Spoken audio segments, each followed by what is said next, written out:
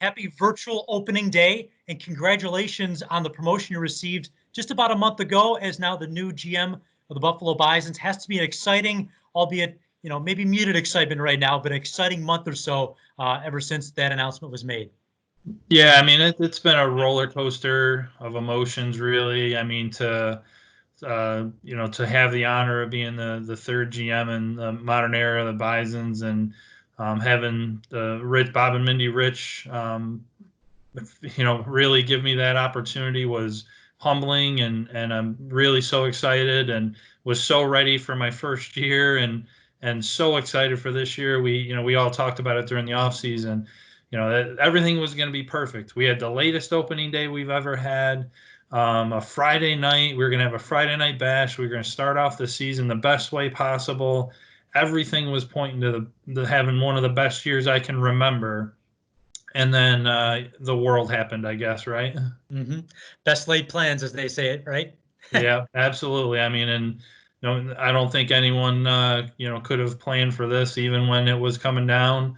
Unfortunately, it was kind of a slow process where it seemed like, okay, it's not that bad. Maybe we'll still be able to play. I mean, when we had our final team meeting there at Consumers Pub at the Park, before our offices closed, I truly believed we were still going to open on April 17th.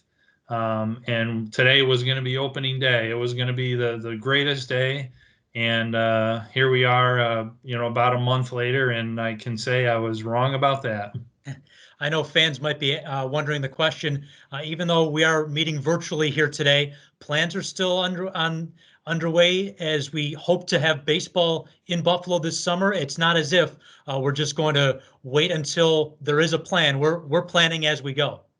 Right, and it is tricky. It's something that we've never done before, but it's you're continuously making plans, and one of the the things that I'm actually doing right now is creating the return to play list of all the things that we need to do. As soon as we get the word, okay, here's the list that we all need to refer to, and say, go right from the top and say, okay, here we go. And some of these things could be, things we've never done before. What, special equipment are we going to need this year in order to make sure our ballpark is as safe as everybody always expects it to be?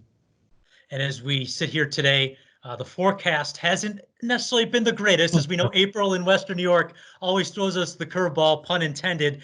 And maybe you would have had to make a decision about opening day had we had baseball at Salem Field. Yeah, and first let me say I would welcome to have to make that decision right now. I would really take that on. But yeah, that was one of the things we've had. We had one of the most mild winters we've ever had. The lake never froze. The late start, and the way the weather was tracking, I was envisioning a 65-degree Friday night game being taken away from us. So I do have to say, when I woke up this morning and saw the white stuff out there, I had a ear to ear smile, and tomorrow it'll be just as big, because we would certainly be in question for today's game, waking up and seeing that snow. And as we roll towards the 105 first virtual pitch today, I want to ask you some of your memories of last year. As we all know, the big question going into the season, how long would Vladimir Guerrero Jr., Bo Bichette, and Kevin Biggio be in the Bisons lineup? And as fans will see today, Bo and Kevin certainly had an impact from day one.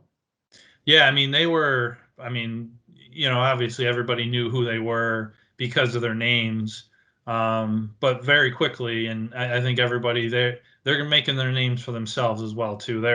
They are really good athletes, really good baseball players, and it's kind of tough because you're watching guys on TV and you don't really get the full respect for them until you see them live, and you can see them practice and stuff like that, but when the first time you got to see Bo and how fast he was, which surprised me of how really quick he is, and seeing it live in person was something else. And Kevin, had to earn it a little bit more than Bo and Vlad. But boy, I mean, his start for us last year was unbelievable. How many doubles he hit, and then his power came along too, and it was really something to see these guys really mature very quickly. And they're going to be helping the big club out really, really quickly when they can get the opportunity as well.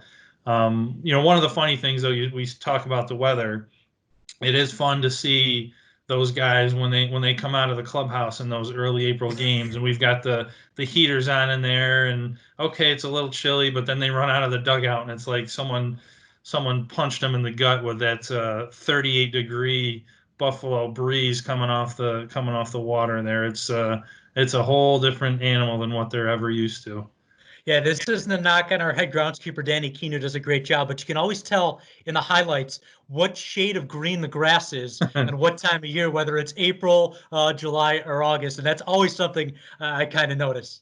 Oh yeah, you get that, and for sure too, you can see the guys with their hoodies on and as many layers as they possibly can get on to try and stay warm. And as we look back at virtual opening day last year, Jacob Wagaspak was the opening day starter for the Bisons. You talk about somebody who had to earn it. He certainly did, and even earned a big league promotion. And I think that's one of the things looking forward to 2020 when baseball does begin is a guy like Wagaspak or someone like Anthony Kay. Nate Pearson is the number one prospect in the Jays organization. These are three names that throughout the course of the season established themselves either here in AAA or in the big leagues, and something definitely to look forward to.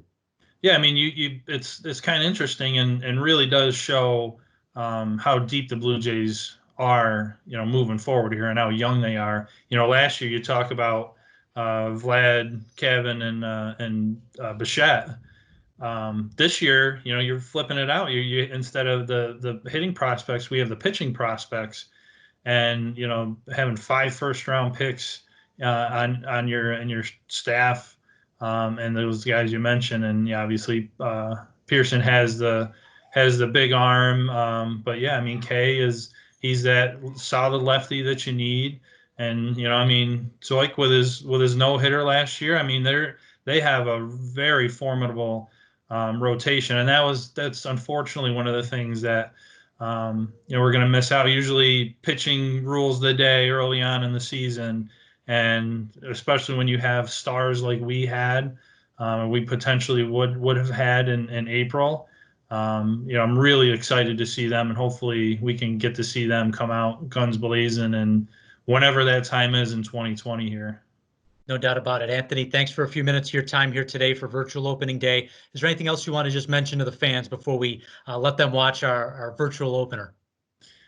Try and I've talked to a few fans and shared some misery with a few of them, and it's really a couple days ago I may have been a little bit down knowing that hey, opening day is coming and not knowing when the end of this is going to happen. And for those fans that I've talked to, the season ticket holders that I've spoken with on the phone, thanks for kind of bringing my spirits up. They're kind of being a little psychiatrist for me too in this, saying, hey, this we're all in this together. And everybody out there, I really just miss being around them.